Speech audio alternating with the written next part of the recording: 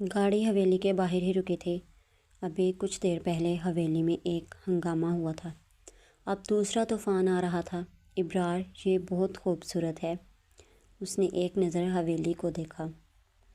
یہ میری دادی کو بہت پسند تھی۔ یہاں کی ہر چیز ان کی مرضی سے ہوئی تھی۔ دادا کبھی بھی دادی کی کوئی بات رد نہیں کرتے تھے۔ دونوں میں بہت پیار تھا۔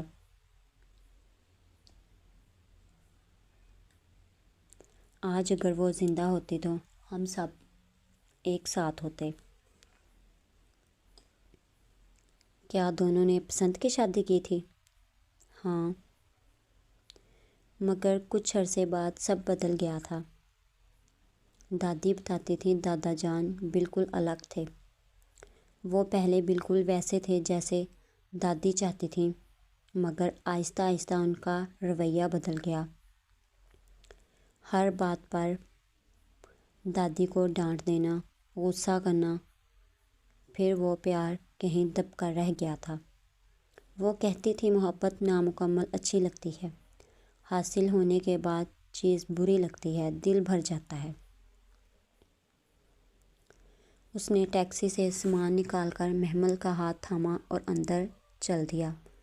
لالا بانو نے ایک نظر ابرار کو دیکھا۔ یہ حویلی کی ملازمہ کی بیٹی تھی، جو اپنے ماں کے ساتھ کام کروایا کرتی تھی۔ کیسی ہو بانو؟ ابرار نے سر پر ہاتھ رکھا۔ یہ زرکان سے بالکل الگ تھا، لوگوں سے ہمدردی رکھنے والا۔ میں ٹھیک ہوں لالا، آپ نے آنے کا بتایا ہی نہیں۔ حالے کی یاد آ رہی تھی، سوچا مل آتا ہوں۔ پھر تمہاری بھی یاد آ رہی تھی، اتنا عرصہ ہو گیا تھا۔ تمہارے لیے تمہاری پسند کی چیزیں بھی لے کر آیا ہوں۔ وہ خوشی سے اسے بتا رہا تھا، مگر ایک دفعہ بھی اس کے چہرے کے بدلتے تاثرات کو نہیں دیکھا تھا۔ بانو کو لگ رہا تھا اب سب ختم ہو جائے گا۔ جب سب سچ سامنے آئے گا تو لالا کیا کریں گے زرکان کے ساتھ؟ سوچ سوچ کر اس کے حالت خراب ہو رہی تھی۔ سب لوگ کہاں ہیں؟ لالا آپ اندر آئیں، میں سب کو بلاتی ہوں۔ اور لالا یہ کون ہے؟ یہ محمل ہے، تمہاری بھابھی۔ اس نے مسکرا کر محمل کو دیکھا۔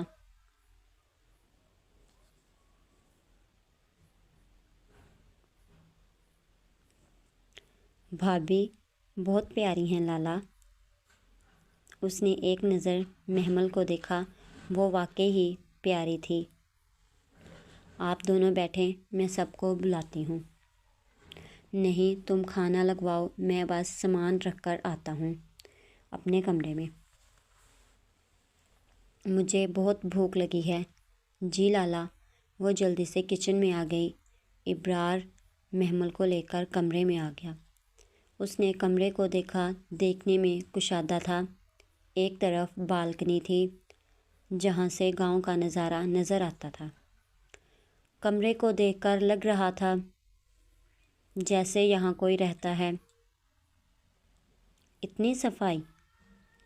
یہ سب بانو کا کام ہے، وہ ہمیشہ ہی کمرے کو صاف کرتی تھی۔ جب بھی شہر جاتا تھا، میرا کمرہ صاف کرتی تھی۔ مجھے گندگی نہیں پسند تھی۔ بانو شروع سے ہی یہی ہے؟ نہیں، 5 سال کی تھی جب آئی تھی۔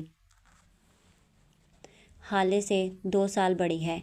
مجھے ہمیشہ حالے کے ساتھ دکھتی تھی۔ بس یہ بھی مجھے حالے کی طرح عزیز ہے۔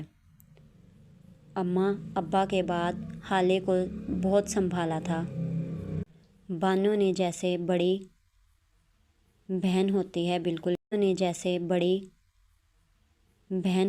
بالکل ویسے۔ اس نے کبرڈ میں چیزیں رکھیں۔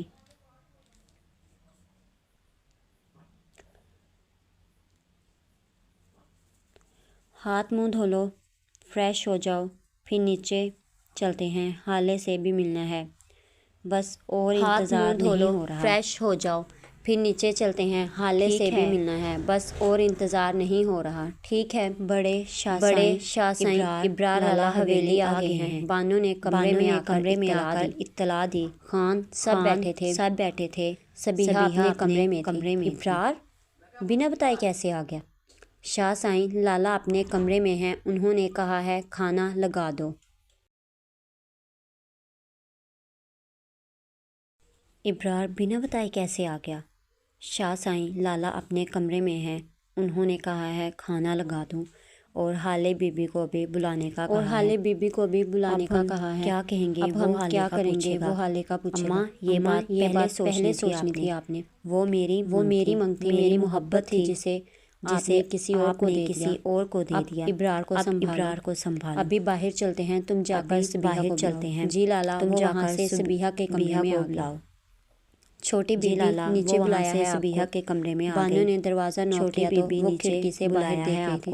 بانو نے دروازہ نوک کیا تو بی بی جی نیچے ابرار لالا آئے ہیں۔ ابرار وہ تو لندن ہوتا ہے بانو۔ مجھے بھوک نہیں، وہ واپس آ گئے ہیں۔ داجی نے سب کو نیچے بلایا ہے۔ نیچے ابرار لالا آئے ہیں۔ ابرار وہ تو لندن ہوتا ہے بانو۔ نہیں، وہ واپس آ گئے ہیں۔ داجی نے سب کو نیچے بلایا ہے۔ کھانے پر انتظار کر رہے ہیں سب آپ کا۔ اور حالے کا نہیں پوچھا اس نے آواز کو بہت مدھم رکھا تھا۔ کھانے پر جانتی تھی انتظار کر رہے ہیں سب، طوفان تو آ گیا ہے، مگر دیکھنا یہ تھا۔ اور حالے کا نہیں پوچھا اپنے ساتھ کیا بہا کر لے جائے گا۔ اس نے آواز کو بہت مدھم رکھا تھا۔ وہ جانتی تھی طوفان تو آ گیا ہے، مگر دیکھنا یہ تھا وہ اپنے ساتھ کیا بہا کر لے جائے گا۔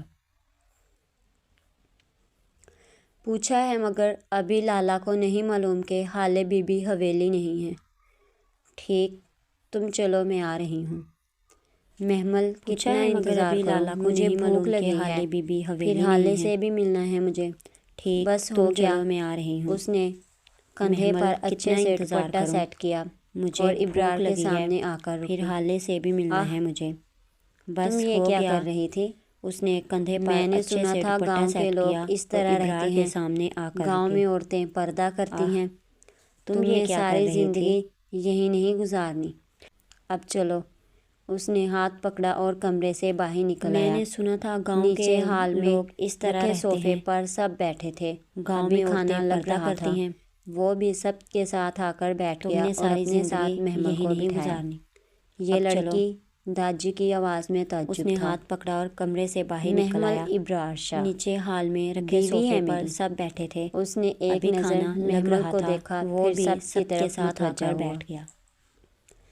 تم جانتے ہو کیا کہہ رہے ہو؟ محمل کو بٹھایا۔ سبیہہ تمہاری منگ ہے، تم ایسے کیسے شادی کر سکتے ہو؟ تعجب تھا۔ وہ میرے لیے حالے کی طرح ہے۔ ابرار شاہ میں نے کبھی اسے اس نظر سے نہیں دیکھا تھا۔ اس نے ایک نظر میری پسند ہے، بیوی ہے میری، پھر سب کی طرف محبت ہے مجھے سے، 2-4 دن کی محبت ہے، جب سر سے بھوت اتر جائے گا تو پھر طلاق دے کر اس نے سبیہہ کی طرف ہی آنا ہے۔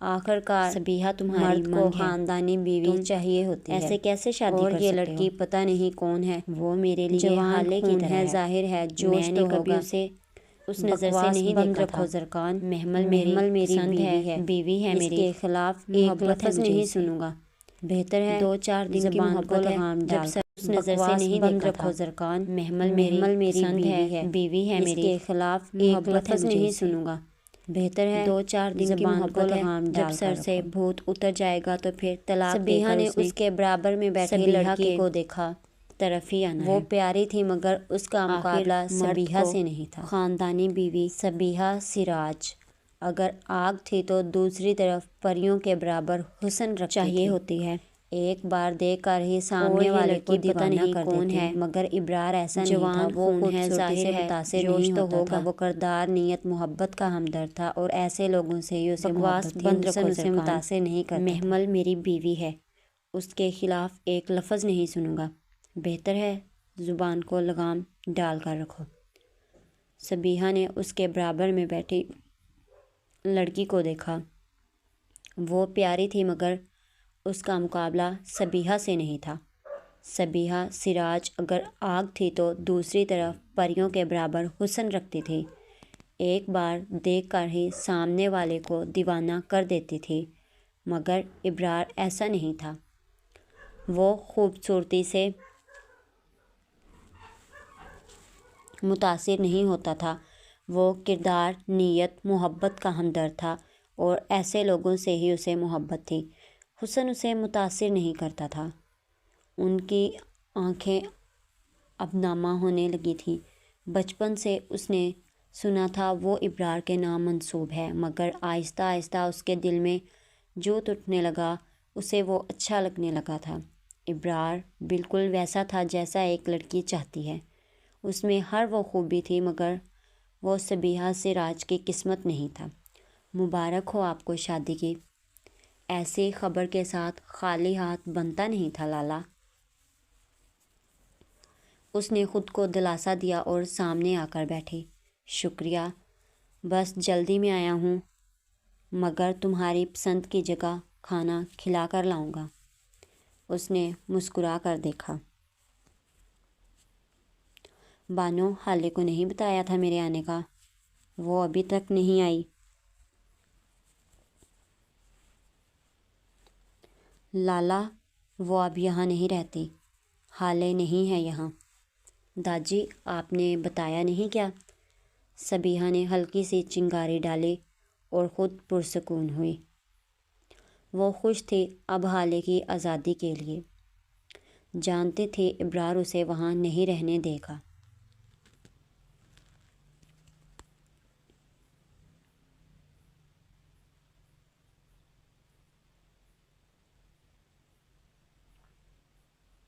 کیا مطلب ہے اس بات کا؟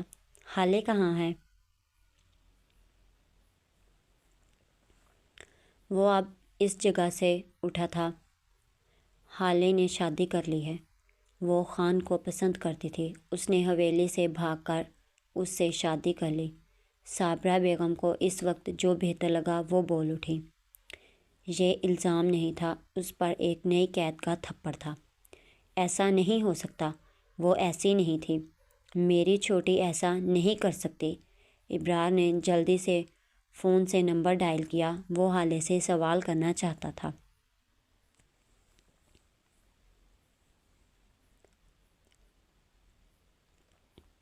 اس نے ایسا کیوں کیا؟ وہ تو ہر بات ابرار کو کہتی تھی۔ وہ جانتا تھا زرکان اسے پسند نہیں ہے، وہ اس سے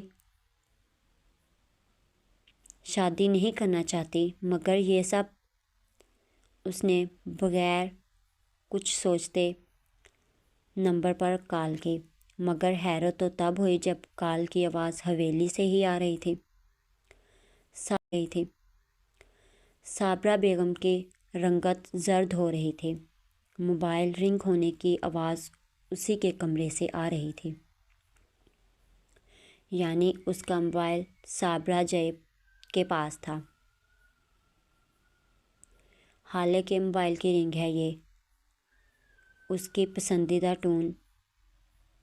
اس کا موبائل یہاں کیا کر رہا ہے؟ بانو، میں بیل دے رہا ہوں، اس کا موبائل دیکھ کر لاؤ۔ اس کی گرجدار آواز پر سب کانپ اٹھے تھے۔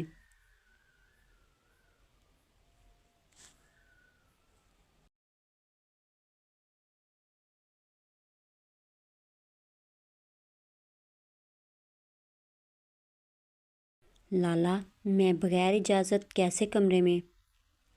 یہ میرا حکم ہے، جس بھی کمرے سے آواز آتی ہے تم جاؤ۔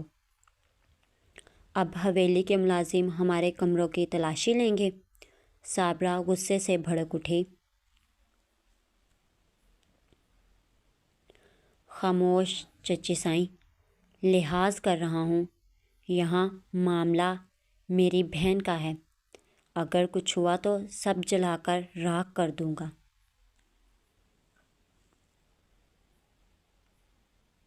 ابرار، محمل نے اس کے بازو کو تھاما۔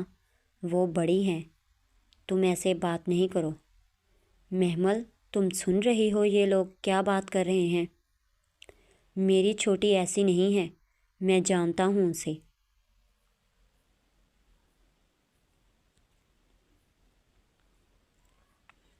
پلیز بیٹھ کر بات کرتے ہیں، تمہارا بی پی ہائی ہو جائے گا۔ حالے کو کچھ نہیں ہوگا، ہم اسے کچھ نہیں ہونے دیں گے۔ ابرار اب ہانپنے لگا تھا۔ اسے زیادہ غصہ کرنے کی عادت نہیں تھی، مگر جب کرتا تھا تو حد پار کر دیتا تھا۔ صبیحہ نے جگ سے پانی گلاس میں ڈالا، جلدی سے ابرار کے منہ کو لگایا۔ سانس لے کر پانی پی لیں۔ ایک ہاتھ سے وہ اس کی کمر سہلا رہی تھی۔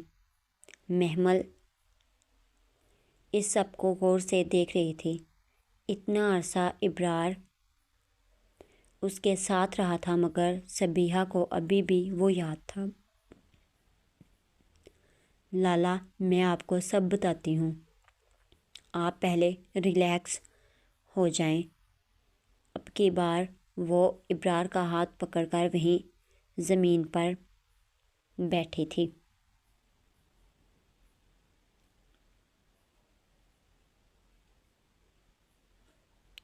محمل کو اب لگ رہا تھا جیسے ابرار سے محبت کرتی ہے یہ لڑکی بھی۔ اسے اب صبیحہ سے ڈر لگ رہا تھا۔ وہ ابرار کے برابر نہیں بیٹھی تھی، جانتی تھی یہ جگہ اب اس کی نہیں ہے۔